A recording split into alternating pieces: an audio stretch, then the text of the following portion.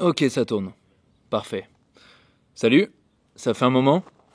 Ça fait un moment que j'ai plus fait de vidéos sur cette chaîne. C'est le bon moment pour reprendre.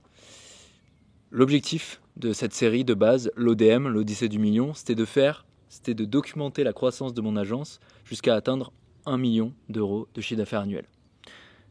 On l'a réussi. On l'a fait, on l'a réussi. Ça y est, je vous l'annonce. Je vais vous expliquer comment on l'a fait.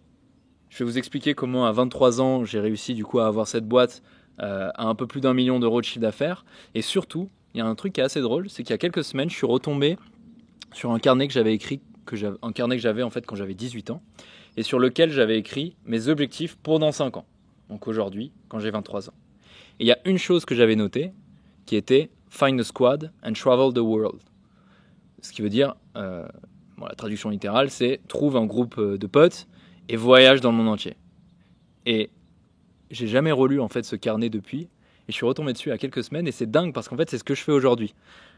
Cette année, j'ai rendu mon appartement à Paris pour voyager dans le monde entier avec un groupe de potes entrepreneurs qui eux aussi ont leur société, ont leur boîte, qui sont indépendants. Et on voyage et on travaille si vous voulez ensemble. Et c'est pour ça que là je suis dans les Dolomites, en Italie, et ça fait une quinzaine de jours que j'y suis, avec 4 potes à moi qui sont pareils entrepreneurs. Et c'est dingue de me rendre compte que je n'avais pas relu en fait ces objectifs, et pourtant ma vie tend vers ça en fait. Et que ça n'a pas changé depuis. Et je suis trop content que, en effet, oui, on fait plus d'1 million de chiffre d'affaires annuel, c'était l'objectif de la série, tant mieux. Et deux, j'ai réussi un peu à designer en quelque sorte ma vie de la manière dont je l'entendais. Et je suis trop fier. Et le moi de 18 ans serait extrêmement fier. Bref, tout ça pour dire que, pour que vous compreniez comment je me retrouve dans cette situation à 23 ans, il faut que je vous explique comment j'en suis arrivé là. Donc je vous ai tourné une petite vidéo de 20-30 minutes. Ce sera pas une vidéo avec de la musique, il n'y aura pas de musique, il n'y aura pas de montage très complexe, parce que de toute façon le montage c'est moi qui vais le faire. Je veux que ce soit extrêmement authentique comme vidéo. Donc si vous êtes à la recherche de dopamine, ce ne sera pas ici, je vous invite à partir. Si par contre vous êtes à la recherche d'un contenu authentique, d'une histoire aussi peut-être qui va vous inspirer, vous aider potentiellement, et une histoire vraie aussi, avec vraiment ce côté authentique, c'est peut-être ce que vous trouverez ici. Donc posez-vous, vous verrez c'est assez long, je vais beaucoup parler, posez-vous et juste on passe ce moment ensemble. Voilà, profitez bien. Donc pour vous mettre le contexte, moi je suis né en Ardèche, dans un petit village qui s'appelle Le Chélard. C'est un village de 3000 habitants. Okay, donc c'est la campagne, le milieu de nulle part, si vous voulez. Et une chose importante à garder en tête, c'est que comme j'ai grandi là-bas, donc vraiment à la campagne, en fait on est assez peu exposé à l'ambition. C'est-à-dire qu'aujourd'hui encore, parfois je suis un peu gêné de dire aux gens voilà, j'ai créé ma boîte, je voyage, etc. Puisque c'est pas forcément la norme. Souvent en fait les gens qui naissent dans ces villages-là, en fait ils font peut-être leurs études à côté, et après ils reviennent et en fait ils passent leur vie au même endroit ou dans la même région. Donc ce côté un peu voyage, ouverture sur le monde, etc., c'est pas forcément la norme. Donc ça c'est important de le retenir. Et alors je reprends mes notes, histoire que j'oublie rien. Et si vous voulez, quand j'ai grandi donc au Chélard, sur la période du collège et du lycée, je jouais beaucoup aux jeux vidéo. Donc avec des potes, en fait, la première chose que je faisais quand je rentrais des cours, c'était me mettre sur l'ordi. À l'époque, on jouait beaucoup à Minecraft. Et après, un peu plus tard, j'avais la PS4. Et en parallèle de ces jeux vidéo, j'avais une autre passion qui était vraiment développée. Je ne sais pas si on peut appeler ça une passion, mais je passais énormément de temps sur YouTube. Je consommais énormément de contenu. Et je trouve ça génial parce que YouTube, ça permet à n'importe qui d'avoir accès à énormément de connaissances du bout de ses doigts, littéralement sur un téléphone. Et même une personne perdue au milieu de l'Ardèche peut avoir accès à des vidéos sur la finance, sur peu importe en fait, tout ce qu'on veut, tout le type de contenu qu'on veut.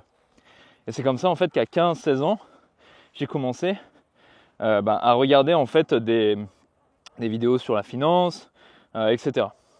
Et pour vous donner la backstory complète, quand j'avais 15 ans, j'étais en couple avec une fille, c'était mon premier vrai couple, et on s'est séparés au bout de 2 ans. Et la rupture était assez brutale, et en fait ça m'a fait comme un choc, et je me suis dit à partir de ce moment-là, putain, je veux pas que ma vie se résume à aller en cours, ensuite jouer avec mes potes le soir, et ça s'arrête là. Non, en fait j'avais besoin de plus. J'étais en crise identitaire quoi en fait, comme tout ado qui est en rupture amoureuse. Et du coup la première chose que j'ai faite c'est d'aller sur YouTube, ça paraît con maintenant dit comme ça, et j'ai tapé comment devenir riche ou un truc du style. Donc là j'ai mangé énormément de contenu, de vidéos YouTube, parfois qualitatives, parfois pas terribles. On va pas se mentir, quand on tape ça sur YouTube, les résultats sont pas forcément excellents. Et à force de regarder des vidéos, j'ai commencé à écouter un peu des conseils. Et au bout d'un moment, je me suis dit, ok, pourquoi pas me lancer, pourquoi pas essayer quelque chose. De toute façon, j'ai rien à perdre. Et je vous mets la vue là, parce qu'elle est assez stylée. Hop. Pardon, je reprends. Cette vidéo est tellement chaotique. Hop. Ok. Magnifique. Donc je commence à consommer des vidéos et là je me dis ok, je me lance. Donc ce que j'ai fait c'est que j'ai créé un site internet sur une application, bref.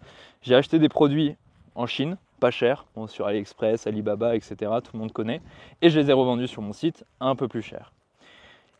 Et ensuite ce que j'ai fait c'est que il me restait 50 € parce qu'à 15 ans t'as pas d'argent.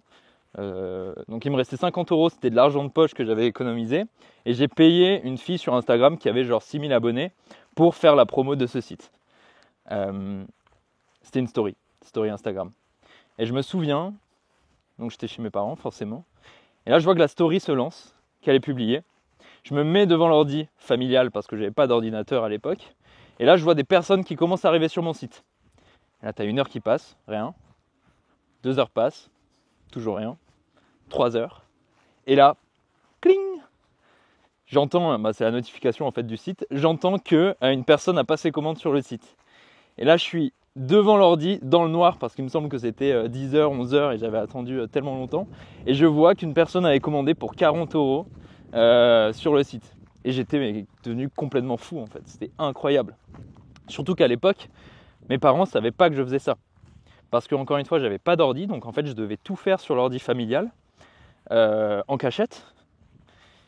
Et mes parents pensaient que du coup je jouais aux jeux vidéo, puisque de base c'est ce que je faisais sur l'ordi. Et non, en fait, sur le côté, je construisais mon site, etc.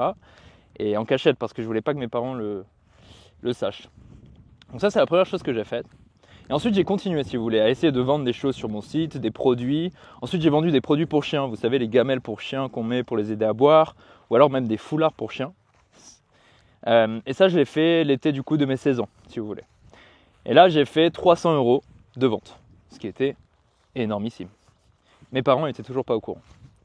Et je me souviens que j'étais au Portugal, en vacances avec mes parents, et j'étais en galère parce qu'en fait, du coup, j'ai eu 300 € de vente sur quelques semaines. Et en fait, je devais payer la production des produits. Enfin, je devais payer la livraison, quoi. Parce qu'on est obligé de livrer les gens une fois qu'ils achètent, quoi. Et en fait, ma carte bancaire était bloquée parce que j'avais une carte bancaire jeune avec un plafond, je crois, de 50 € d'achat, enfin un truc. Et je pouvais plus livrer mes clients. Et du coup, là, j'étais dos au mur en fait, et j'ai décidé à ce moment-là, au Portugal, avec mes parents.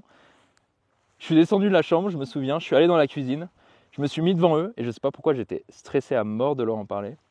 Je me suis mis devant eux, et je leur ai dit, j'ai besoin de votre carte bancaire. Et là, ils n'ont pas compris. Et là, du coup, j'ai tout expliqué, d'une traite, d'un coup, boum, sans me faire couper. Et au début, ils étaient un peu surpris et ils ont finalement accepté. Enfin non, ils m'ont dit, reviens demain matin, on en rediscute. Et au final, ils m'ont donné leur carte bancaire, bref, j'ai pu livrer, etc. Et du coup, de base, ils étaient hyper surpris et après, ils étaient inquiets. Parce qu'en fait, tu peux pas faire du commerce si t'es pas déclaré, puisqu'à ce moment-là, j'étais pas déclaré.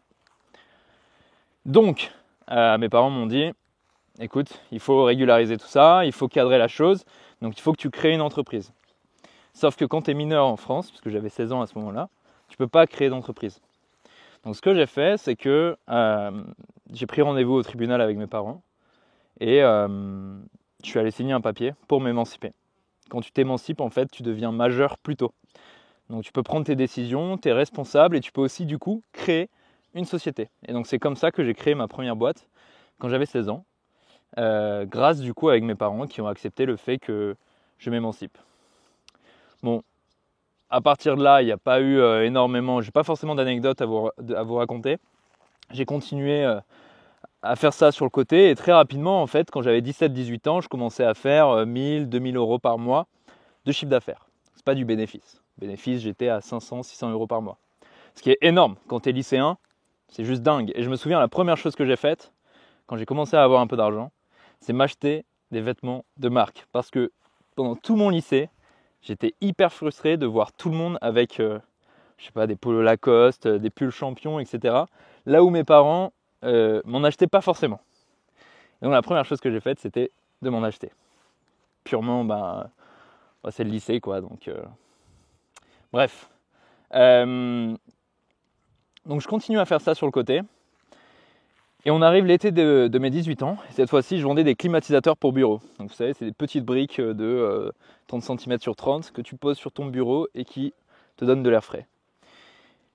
Et ces climatisateurs pour bureau, j'avais du stock cette fois-ci. Donc en Chine, j'avais un contact et le gars, il me livrait chez mes parents du stock, si vous voulez, qu'ensuite je pouvais réexpédier à mes acheteurs.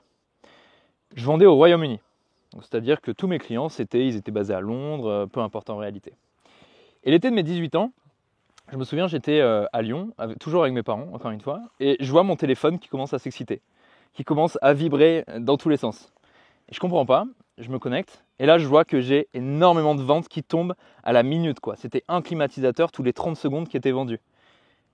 Et là je comprends pas, je commence à paniquer, et je vais voir au niveau des infos, au Royaume-Uni, ce qui se passe. Et là je vois, sur les 2 prochaines semaines, canicule énorme.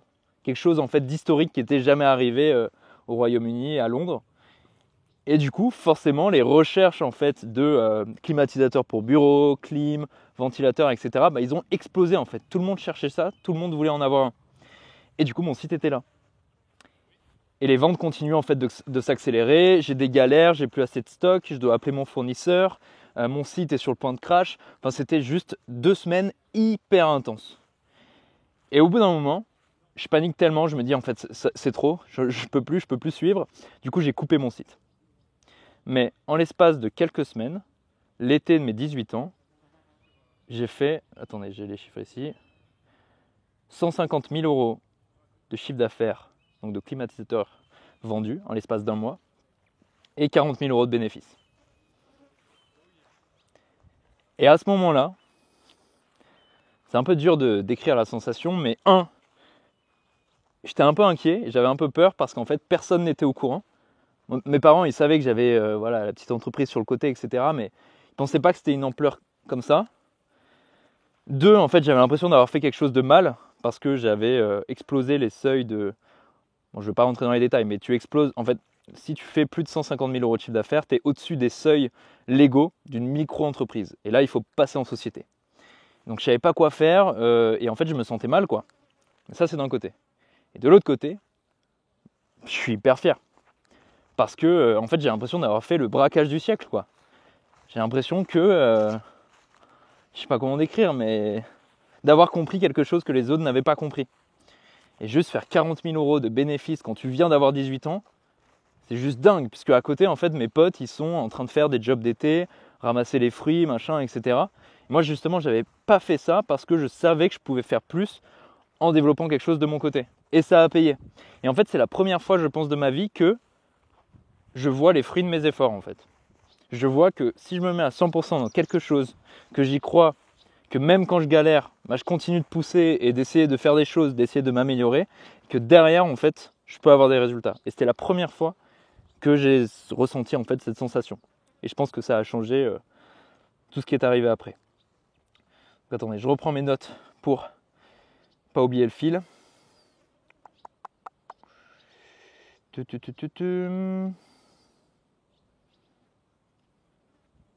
Non, écoutez, c'est à peu près tout pour cet épisode-là.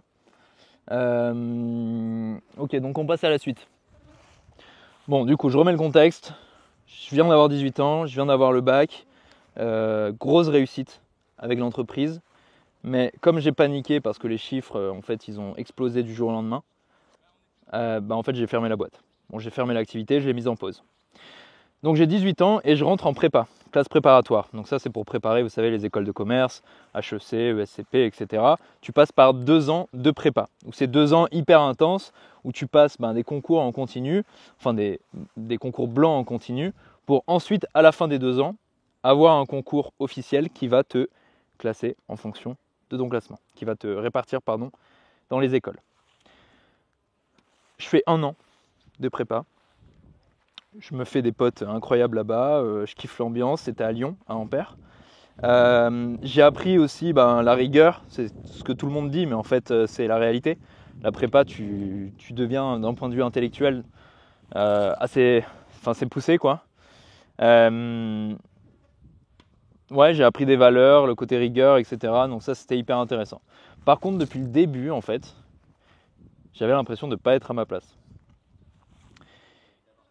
Et c'était dur à vivre parce qu'en fait, tous les gens autour de moi, tous mes potes, j'avais l'impression que pour eux, ça allait quoi. Et que c'était clair en fait, qu'ils avaient une direction et qu'ils la suivaient. Et moi, j'avais un petit frein en fait à chaque fois où, oui, je faisais les concours blancs, oui, je révisais, oui, etc.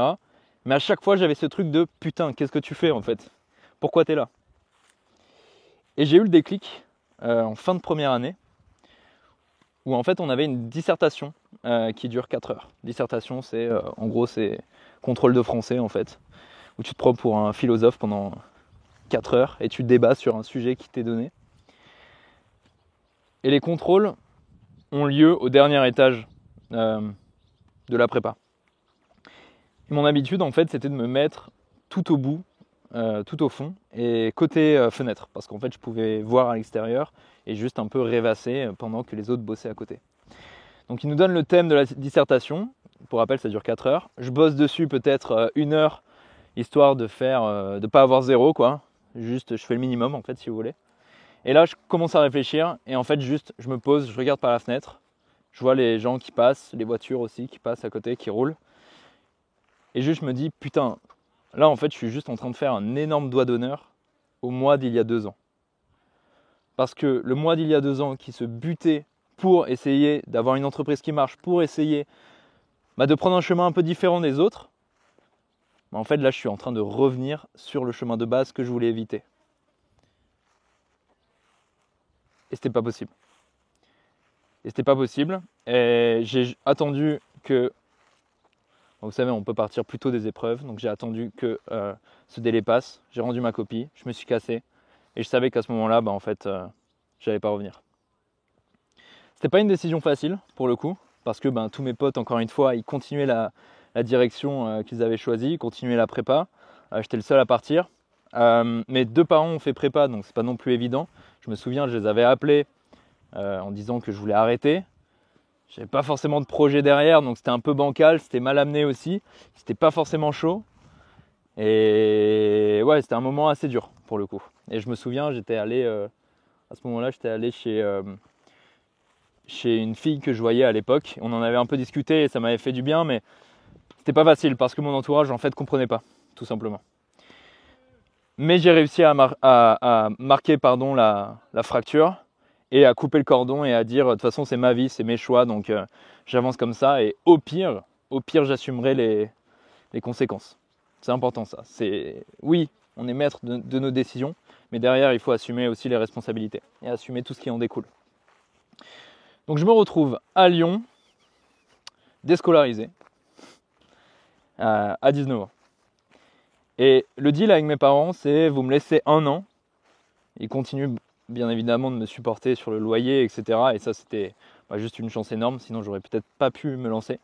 Donc ils continuaient à payer une grande partie de mon loyer. Moi, je pouvais également un peu payer ma vie de tous les jours avec du coup les 40 000 € que j'avais fait l'année dernière. Et je sens que j'ai besoin d'un break. Et du coup, je décide de partir à Malte. Officiellement, c'était pour apprendre l'anglais. En fait, j'avais vraiment besoin de déconnecter. Du coup, je suis parti tout seul à Malte. Et ça fait du bien de partir seul. Et c'est un voyage qui m'a transformé pour plusieurs raisons. Mais en fait, le fait d'être seul, tu deviens une personne différente en fait, puisque t'as pas des personnes qui te connaissent et qui ont comment dire, des préjugés sur toi. Donc en fait, tu peux repartir de zéro en quelque sorte, et je pense que j'avais besoin de ça. Et donc j'arrive sur une île où personne ne me connaît, et en fait, progressivement, je me fais des potes. J'ai un premier groupe de potes, un deuxième, un troisième, etc. On fait forcément beaucoup la fête, parce que c'est aussi le principe de Malte, pour le coup. Mais encore une fois, en fait, je pouvais devenir une personne différente de qui j'étais sur les 10 dernières années, en fait. Et je pense que ça fait un bien fou, et à ce moment-là, j'ai pu me poser la question de « Putain, qu'est-ce que tu veux faire ? De quoi tu as envie ? Et à quoi est-ce que tu veux que ta vie ressemble ?» Et ces questions-là, je me les suis posées à Malte. Je me souviens, c'était l'avant-dernier jour avant de partir. Je me pose au port de Malte. Il y a un magnifique coucher de soleil. Et j'étais sur un pont avec des cadenas tout autour. Donc vous savez, c'est les couples qui mettent des cadenas. Bon, d'un point de vue symbolique, quoi. Et juste, je suis resté là en fait 2 heures à réfléchir. De quoi est-ce que j'ai envie et à quoi est-ce que je veux que ma vie ressemble. Et à la fin, en fait, je suis juste arrivé à la conclusion que 1, j'ai envie de prendre mes propres décisions. 2, j'ai envie de créer une vie qui me ressemble. Et 3, putain, j'ai qu'une seule vie. Donc, juste, essaye quoi. Essaye et n'aie pas de regrets. C'était surtout ça. Donc, je veux juste vivre une vie sans regrets. Donc, c'était un peu la conclusion. Et en fait, je reviens en France. Je suis motivé de fou. Et je me dis, ok, je vais regarder ce qui marche aux États-Unis. Et je vais faire la même chose en France. En termes de business, en termes d'entreprise. Et donc, j'ai vu qu'aux États-Unis, ce qui marchait bien, c'était les agences de marketing. Et j'ai décidé de répliquer la même chose en France. Alors, moi, mon entreprise, c'est une agence d'email marketing. C'est un peu plus précis. Pour faire simple, vous voyez les newsletters que vous recevez de Zalando, de Nike, pour vous annoncer lancement de nouvelles collections, Black Friday, etc. Ça s'appelle des newsletters. Ou alors, par exemple, vous allez sur un site, vous abandonnez un panier et vous recevez un email qui vous dit « Ok, Tom, t'as oublié ton panier, reviens le chercher, etc. » Et tu te fais relancer plusieurs fois, etc. Ça s'appelle donc de l'email marketing et ça touche un domaine qui s'appelle le CRM. CRM, c'est Customer Relationship Management. C'est comment tu fais en sorte que chaque client dépense un peu plus. Et donc, c'est via ces relances-là, si vous voulez. Eh bien, moi, ma société, mon entreprise, on fait ça pour les marques. Et on a eu depuis des super clients comme Chloé, on va peut-être bosser avec Jacques Mus, Jimmy Fairley, la marque de lunettes par exemple, Bali Baris. Donc des super boîtes. Et en fait, si vous voulez, on crée les emails pour eux. Donc voilà, j'espère que c'était assez clair comme description. Et donc je décide de lancer, si vous voulez, cette agence. Mais je suis à un moment de ma vie où c'est extrêmement dur parce que je suis tout seul à Lyon, puisque mes potes, maintenant, ils sont partis, si vous voulez, en école de commerce. Je connais plus personne à Lyon et je suis dans mon appart et j'essaie de lancer mon agence. Et c'est extrêmement dur. Au début, je mets des mois et j'arrive pas à trouver de clients.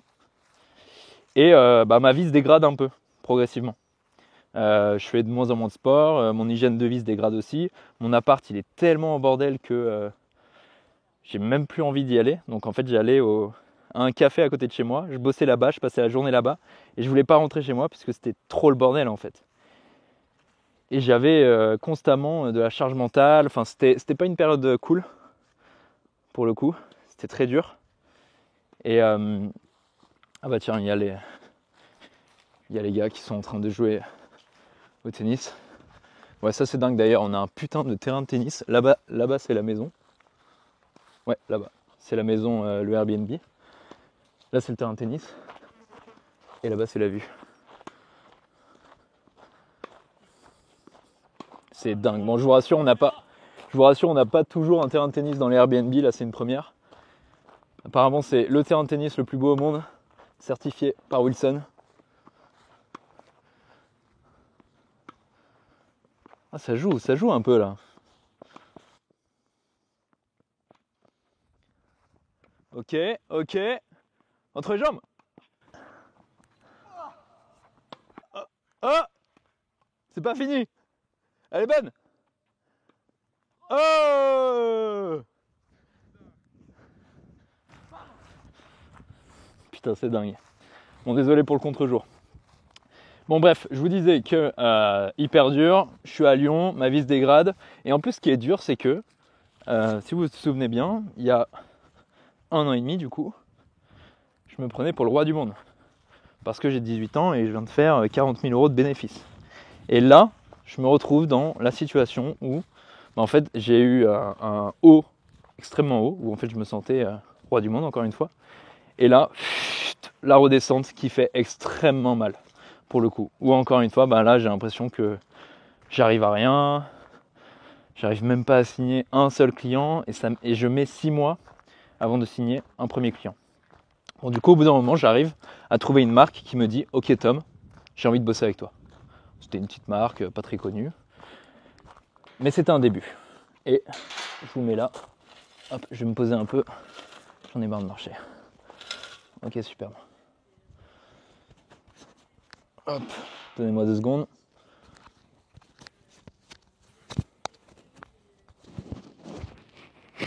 Ok, parfait.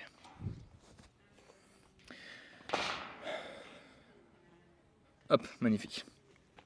Donc, une première marque décide de bosser avec nous. Génial, je suis trop content. Et au bout de quelques semaines, on a Balibaris qui nous contacte. Je ne sais pas si vous connaissez la marque, mais Balibaris, c'est, il me semble, 50 millions de chiffre d'affaires et 40-50 boutiques physiques. Donc ça reste quand même une marque déjà établie, quoi. Je tenais le micro à l'envers, excusez-moi. C'est une marque déjà établie. Et si vous voulez, j'arrive sur un appel. En fait, on m'avait contacté, on m'avait dit Balibaris sont potentiellement intéressés. On se prévoit un appel la semaine d'après. J'arrive sur l'appel, en face de moi, il y a un consultant, bon, c'est pas important, et le directeur digital. Je leur fais le pitch. Je leur parle de la société, je leur parle de moi, de ce que je fais, etc. Je dis nous quand je parle, puisque je leur avais dit que derrière moi, il y avait une équipe de 4-5 personnes, des CDI, etc. Alors j'étais tout seul. J'étais tout seul dans ma chambre d'étudiant. Bref, bon ça, c'est pas important. Je leur fais mon pitch, qui est affreux. Parce qu'à ce moment-là, je suis stressé à mort. Je bégaye beaucoup. Je trébuche sur mes mots. C'est pas terrible, vraiment pas.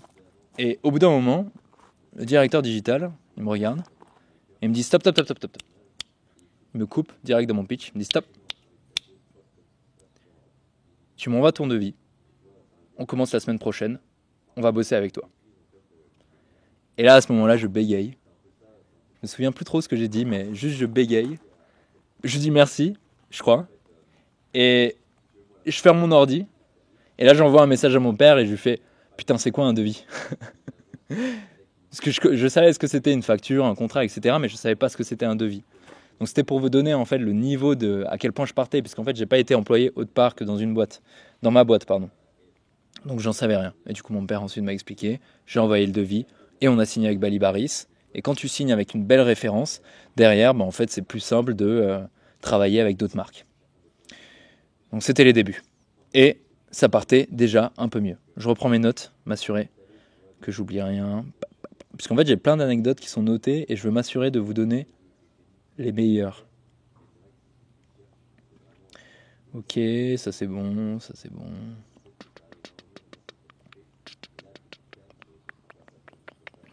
Je voulais juste revenir un peu sur ce que je vous... En fait, j'y ai pas accordé l'importance nécessaire, je pense, mais sur la phase en fait où j'étais à Lyon et où j'étais tout seul et où je galérais, cette phase-là a quand même duré 6 mois. Entre 6 et 8 mois, il me semble. Donc c'est hyper long. Et en fait, c'est des moments où tu te sens pas bien, où tu as l'impression de pédaler dans le vide, en fait. T'es même pas sûr que ça va marcher.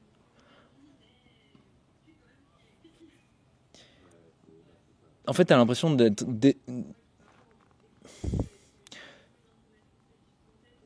Comment dire? En fait, quand tu y penses, c'est de la désillusion. Parce que ça fait 6 mois que je fais la même chose, ça fait 6 mois que ça ne marche pas, et pourtant, je continue à le faire. Et pourtant, j'essaie. Et il y a une forme de désillusion en fait. Et je pense qu'on a besoin de passer par là pour pouvoir atteindre les résultats espérés. Parce que si c'était trop facile, en fait, tout le monde aurait fait des agences de marketing à 18 ans. Donc plus c'est dur et moins tu auras de personnes. Et en fait, généralement, c'est parce que c'est difficile. Ce côté difficile, on est obligé de le retrouver dans le business ou quand on veut lancer quelque chose. Parce qu'encore une fois, sinon, tout le monde le ferait. Donc on doit passer par là. On doit avoir un petit côté désillusion aussi. C'est pour ça qu'à ce moment-là, il ne faut pas écouter ses proches. Parce qu'en fait, eux, ils sont hyper rationnels. Sauf que pour lancer une boîte, tu dois pas être rationnel en fait. Tu dois juste avancer rapidement et tu dois mettre la quantité d'efforts nécessaires pour pouvoir faire décoller la chose. En tout cas, de mon expérience.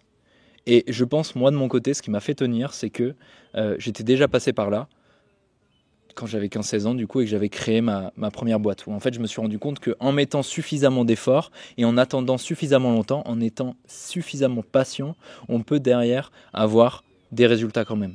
Que ça n'arrive pas comme ça, si vous voulez. Donc moi, ça m'avait aidé, en fait, d'avoir cette première preuve que c'était possible. Et une autre chose, c'est que je me suis pas laissé le choix en fait. C'est quand j'ai appelé mes parents et que je leur ai dit vous me laissez 1 an, en fait c'était 2 options. Soit la boîte réussit, soit je retourne faire mes études. Et quand je me rappelle comment j'étais malheureux quand je faisais mes études, comment j'avais l'impression de me mentir à moi-même, en fait je préférais avoir la sensation de pédaler dans le vide avec ma boîte, de galérer, de ne pas réussir à dormir parce que je ne sais pas ce qui va se passer la semaine d'après, le mois d'après, parce que j'ai aucune certitude. Je préfère cette sensation-là plutôt que la sensation de me mentir à moi-même. Et c'est ce qui m'a fait tenir. Bon, c'était une petite aparté et je pense que c'était important d'en parler. Et du coup, en fait, c'est à ce moment-là où je galère. Je commence à avoir quand même quelques clients, mais ça reste quand même très dur, que je décide de créer l'Odyssée du Million, qui est du coup en fait la série que j'ai créée et qui est très liée en fait à cette chaîne YouTube de base. Et en fait, c'est parce que quand j'étais au plus mal, que j'ai eu envie de documenter, de raconter ce qui se passe en fait. Parce que ça fait un moment que je me rends compte que quand je documente, dans les moments difficiles, ça les rend un peu plus agréables, si vous voulez. Parce que je me dis, quand j'aurai 80 ans, quand je serai peut-être sur mon lit de mort, peu importe, on n'en sait rien, je m'en fiche. La seule chose que j'aurai à faire, en fait, c'est juste de me remémorer. Et quoi de mieux que d'avoir du contenu pour se remémorer. Et quand je traversais une période un peu difficile, je me posais la question de... Enfin, je me posais pas la question, mais je me disais, putain, ce sera une belle histoire à raconter et tu vas adorer pouvoir revisionner cette vidéo, relire ce texte que tu as écrit à propos de ce moment où ça allait pas. Et donc c'est au moment où j'étais au plus bas qu'en fait je voulais avoir une preuve de tout ce qui s'est passé et justement commencer à tourner des vidéos, commencer à documenter, commencer à expliquer ce qui se passe, commencer à parler de ce que je pense, de comment je pense, de comment je réfléchis, pour justement garder une trace. Ça, je vous ai raconté Balibaris. Bon, en fait, à partir de là, mes épisodes de l'Odyssée du Million, ils ont tout retracé, quoi. J'ai eu des moments de haut, des moments de bas. Comme tout le monde, c'est une aventure entrepreneuriale. Faut donner de soi, énormément. J'ai eu très peu de vie sociale les premières années de la boîte. C'était assez dur. Maintenant, ça va mieux. Maintenant, là, je suis en Italie avec mes potes. Encore une fois, je bosse. Mais j'ai un entourage. Je peux également avoir des moments creux. En fait, je peux peut-être poser des jours de congé. Je le fais pas. Mais je peux. Je le fais pas parce que je kiffe ce que je fais. Mais je pourrais le faire si je voulais. Si je voulais prendre 1 semaine, 2 semaines... beau milieu du mois de mars, je pourrais en soi. Et c'est juste le fait de savoir que je peux qui me fait kiffer. Donc j'ai enchaîné les hauts et les bas. Je vais vous mettre quelques moments qui m'ont marqué des dernières années et qui ont été enregistrés et qui font partie des épisodes précédents. Alors on est le 4 janvier. Pour l'instant, aucun client dans l'agence. Et voilà, petite baisse de motivation. Aujourd'hui, on vient de signer Balibaris. Incroyable. Mais en tout cas, ça va mieux par rapport à... Je sais plus la dernière fois que j'ai enregistré une vidéo, mais ça devait être peut-être janvier ou avant Noël.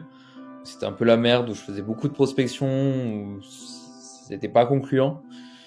Alors que là, c'est l'inverse. Et j'aimerais cet été commencer à vraiment faire une équipe, qu'on soit 2-3 cet été. Un truc un peu structuré, 2-3, que je puisse les payer, que je puisse leur sortir un salaire, que je commence à prendre des gens, voilà, peut-être sur du plein temps, et que cet été, vraiment, on explose les compteurs. Donc c'est une période assez stressante. Je fais des journées de 8h à 22h. Il est 22h là. Donc beaucoup de pression en ce moment. Du coup voilà. Bon, ça fait un petit moment que j'ai plus fait ce genre de vidéo, donc on va faire une sorte de bond en avant par rapport à la précédente vidéo et la vidéo actuelle. On est actuellement du coup le 22 octobre 2022 et le business se porte plutôt bien. On a maintenant 3 employés et au niveau du business, on tourne autour des 7 000 € de chiffre d'affaires mensuel. On est entre 7 000 et 12 000. C'est assez large, mais c'est parce qu'on a perdu pas mal de clients. Rondorf, Polar par exemple. Mais on en a gagné aussi. Esprit Paddle Shop. J'espère que ça va bien se passer. Ok, bah par quoi je commence? Beaucoup de galères en ce moment. On a bien grossi. Enfin, je sais même pas si c'est vraiment grossi au final.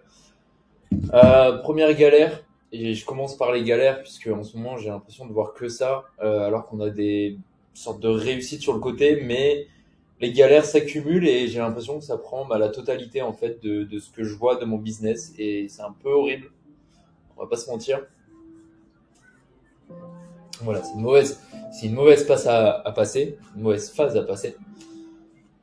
Et puis j'espère que tu seras heureux. Je te le souhaite. Petit con va. Putain, je parle tout seul, c'est trop bizarre quoi. Là, on a passé 2 semaines un peu difficiles, mais finalement, on s'en sort bien, on remonte. On a un peu chuté, là on est sur la pente montante, plus la pente descendante. Donc positif, en espérant que ça dure sur les prochaines semaines, en espérant que le flot de clients ne vienne pas nous étouffer. Mais je suis bien plus positif que je ne l'étais il y a quelques semaines. Alors d'abord, en début de vidéo, je vais vous... Ouais, c'est dur d'être influenceur. C'est chaud. Hein. Alors début, on aborde vidéo. Putain, les acteurs... Franchement, c'est un métier. Hein. Enfin, ça va. Ouais. T'imagines s'il y avait toute une équipe de tournage qui attend que tu fasses ton truc. Est-ce que je fais un petit... Allez, c'est parti. Et c'est parti. C'est bon. Prends le micro des gens ce soir. Oh putain, j'ai presque plus de batterie. Et pour le mois d'avril, donc on est déjà à la moitié, il me semble qu'on est le 15, on a déjà signé pour 15 000 €. Et en sachant qu'une bonne partie est du récurrent, on vise les 20 000 en mai et on espère augmenter sur les mois qui suivent. Dans tous les cas, tu vas sacrifier quelque chose. Soit tu sacrifies le court terme pour lancer des projets, essayer de t'améliorer, etc. Soit tu auras le sacrifice ultime d'être à la fin de ta vie et d'avoir plein de regrets. Ouais, bah oui, normal. Bah, très simple en fait, si genre là j'ai faim, boum, je me tape un donut et je vais finir gros. C'est ce qu'on a fait il y a 2 jours. C'est ce qu'on a fait. Et en fait, je me rends compte que ce qui est le plus impressionnant, c'est que nos standards évoluent, mais de partout. C'est-à-dire que donc déjà nos standards de chiffre d'affaires sont plus élevés. Si on fait moins de 30 000 sur un mois, moins de 40 000 sur un mois, je vais être déçu. Alors qu'il y a 6 mois, si on faisait 40 000, c'était incroyable pour moi. Ça change. Nos standards au niveau des clients aussi. Aujourd'hui, on signe The Braderie, on est très content. Au bout de 2 jours, je vais plus y penser. Et on n'a plus ces pics on a de moins en moins en tout cas ces pics de joie et on s'y habitue et on veut toujours plus. Par exemple, pour avoir un pic de joie aussi gros que le pic de joie que j'ai eu quand on a signé Balibaris à nos débuts, il faudrait qu'aujourd'hui on signe une boîte comme Louis Vuitton, Jacquemus, etc. Donc c'est drôle de voir que ça évolue et je pense que c'est une bonne chose parce que si on n'est pas dans nos standards, c'est ce qui va nous forcer à travailler plus. En fait, tes standards de vie, c'est tes règles, tes limites, et dès que tu passes au travers et que tu les atteins pas, c'est ce qui va te bouffer et qui va te faire te dire que ok, c'est pas normal, il faut que je me bouge pour établir la situation. Donc je pense que c'est bien qu'on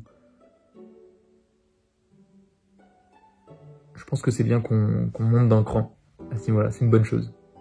Et une dernière chose, c'est que on s'est rendu compte ce mois-ci et les mois précédents, mais là ça se confirme, que nos concurrents et même les plus gros, qui sont les agences CRM qui sont bien plus grosses que nous, on s'est rendu compte que c'est pas du tout des ovnis pour le coup. Donc en fait on commence à se rendre compte que ceux qui étaient tout devant, ceux qu'on regardait quand on a commencé à se lancer, qu'en fait on n'a plus rien à apprendre d'eux et je pense qu'on va commencer à tracer notre route et à arrêter de regarder la concurrence parce qu'en fait on se rend compte qu'aujourd'hui, sur plein de plans, on est meilleur qu'eux et que maintenant ce qu'il nous faut c'est juste du temps.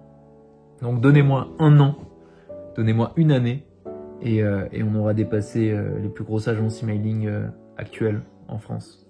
Et j'aimerais quand même rappeler un petit épisode. Je vais pas vous montrer des extraits mais je vais vous en reparler parce que ça m'avait marqué. 2 ans après avoir créé la boîte, j'ai failli la cracher. Voilà, j'ai failli la cracher quoi. Et maintenant je le raconte avec le sourire et c'est ça qui est fou. Alors que en fait il y a 1 an ça m'a fait mal à la tête pour le coup. Bon, pour faire simple, j'avais jamais géré de finances et j'avais pas géré les finances de la boîte et je les ai très mal gérées du coup. Ce qui a fait que j'avais une responsable financière à l'époque qui a regardé mon bilan, qui a regardé en fait de la projection et qui m'a dit « Ok, si on continue comme ça, dans 3 mois, tu mets la clé sous la porte. Dans 3 mois, tu peux plus payer. Tu peux plus payer tes employés. Et c'est terminé. Standard Ecom, c'est terminé. Donc tout ce que tu as construit sur les 2 dernières années, ça peut se terminer. Comme ça. Terminé. » Bon, en gros, c'était des erreurs de gestion. On avait trop de personnes dans la boîte. Je priçais... mes prix de prestation n'étaient pas bons non plus, donc c'était plein de petites erreurs accumulées, plus le fait que je suivais pas les finances, ont fait que on s'est retrouvé dans cette situation-là. Donc en fait, j'ai 3 mois, donc l'année dernière, j'avais 3 mois pour redresser la barre, sinon c'était terminé. Sinon le bateau il coulait en fait. Et à ce moment-là, quand tu es dans une situation où tu sais que tu as 90 jours pour changer ton business model, pour revoir tes équipes, pour revoir le prix de tes prestations et ce qui est inclus à l'intérieur, tu te bouges le cul. Sinon, parce que tu sais que sinon, tout ce que tu as construit sur les 2 dernières années, c'est terminé. Et à ce moment-là, putain, c'était dur. Je l'ai filmé d'ailleurs. Et en fait, j'avais une charge constante au niveau de la tête, du stress constant au niveau de la tête. Parce que, en fait, je suis là avec des potes, on rigole, etc. Et boum, j'ai un flash qui me dit « Putain mec, autant dans 60 jours, t'as plus ta boîte. » C'est horrible, t'y penses tout le temps, c'est tout le temps dans un coin de ta tête si vous voulez. Et c'est pour ça que c'est particulièrement dur en fait. Et c'est un beau challenge. Et on a triomphé, on a réussi à changer la direction. Et aujourd'hui, on a une boîte qui repart en croissance et qui est rentable. Là où, il y a 1 an, l'année dernière, je pensais que c'était terminé. C'est juste dingue. Et encore une fois, c'est parce que on a eu... Enfin bref, je vous ai expliqué.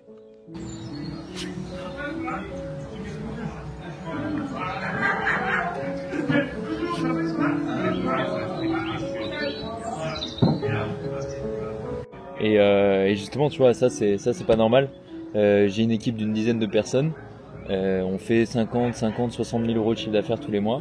On a une vingtaine de clients et je gère encore des projets. Je suis encore tellement impliqué dans ces projets que je suis toujours le contact principal ou alors la roue de secours en fait. Et ça aujourd'hui c'est pas normal et c'est pour ça que je bosse dessus et que c'est un de mes objectifs du trimestre et il faut que j'y arrive d'ici mi-mai à me sortir, à m'extraire vraiment de cette partie opérationnelle. J'en parle depuis des mois. Bon, c'est déjà mon dernier jour au Mexique. Là je vais partir pour 4 jours à New York à partir de demain et je vais essayer de continuer de filmer tout ça. C'est la 2e fois que je prends des vacances depuis que j'ai commencé mon agence, il y a 2 ans maintenant. Et ça, c'est un truc que j'avais pas du tout l'habitude de faire avant. En fait, en réalité, pendant 1 an et demi, un peu plus d'1 an et demi, j'avais pas pris de vacances du tout.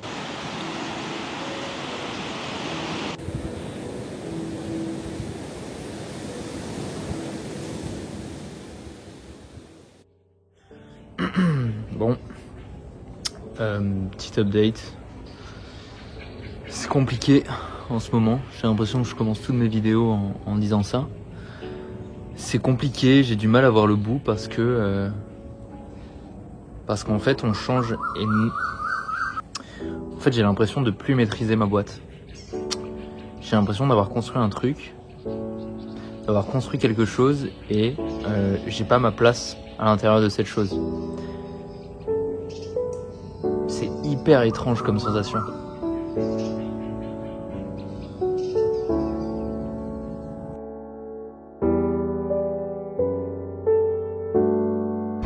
Putain, c'est un soulagement et c'est dur parce que c'est une page qui se tourne.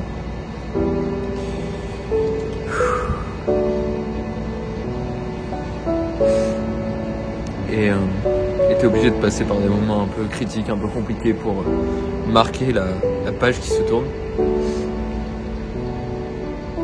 Et je suis content parce que je sais que je vais dans la bonne direction, je sais que je vais vers là où je serai le plus heureux, là où je serai le plus efficace, là où je serai le meilleur. Donc ça fait partie du plan. Mais c'est dur mais ça fait partie du plan.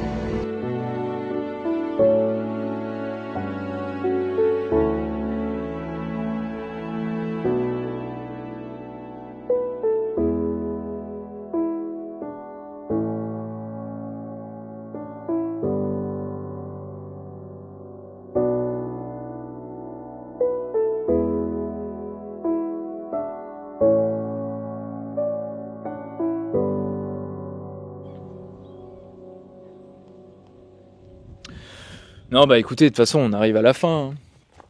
On arrive à la fin. Bon, en gros, l'année dernière, j'ai failli cracher la boîte. On repart en croissance. J'ai énormément appris depuis le début de l'année. On signe de plus en plus de marques. On a une très bonne rétention. Les clients ne partent pas parce que mes équipes sont incroyables. J'ai construit de très belles équipes qui travaillent très bien entre elles aujourd'hui et qui s'occupent en fait du travail pour les clients, qu'ils font très bien. Ce qui fait que, en fait, en accumulation, aujourd'hui, on va bientôt dépasser les 100 000 euros de chiffre d'affaires mensuel. Et on fait x2 d'une année à l'autre au niveau de la taille de la boîte. Donc écoutez, en réalité, le constat d'aujourd'hui, le constat au 31 juillet 2025, il est excellent. Parce que tout roule, quoi. Que ce soit de mon côté, de ma vie personnelle, que ce soit au niveau de la société. Ça l'a pas toujours été, mais en tout cas je suis extrêmement serein pour l'avenir et je suis très content de finir cette odyssée du million sur cette note-là, une note hyper authentique, j'ai essayé en tout cas, une note qui me ressemble aussi, une note très spontanée parce que j'ai décidé de tourner cette vidéo il y a 1 heure quoi. Et j'attendais le bon moment pour le faire. Ça fait des mois que je repousse de faire cette vidéo et là je sentais que c'était le bon moment et que je voulais le faire encore une fois d'un côté très authentique, vous expliquer en fait ce qui s'est passé parce que je pense qu'on a besoin de plus de contenu authentique. Et j'ai pas tellement de conclusion pour cette vidéo et je pense qu'honnêtement ma conclusion ça va être la même que celle que j'avais quand j'avais 15 ans ou celle que j'avais quand j'étais à Malte à 18 ans. Ça reste la même. C'est que j'ai pas envie d'avoir de regrets. Et je pense que tout le monde devrait faire de même. Donc faites en sorte de vivre votre vie pour que vous n'ayez pas de regrets à la fin. Voilà, j'espère que vous avez kiffé cette vidéo. J'espère que c'était pas trop long. Désolé pour le montage qui va être dégueulasse puisque c'est fait by me. Et peut-être à bientôt. Ciao, ciao.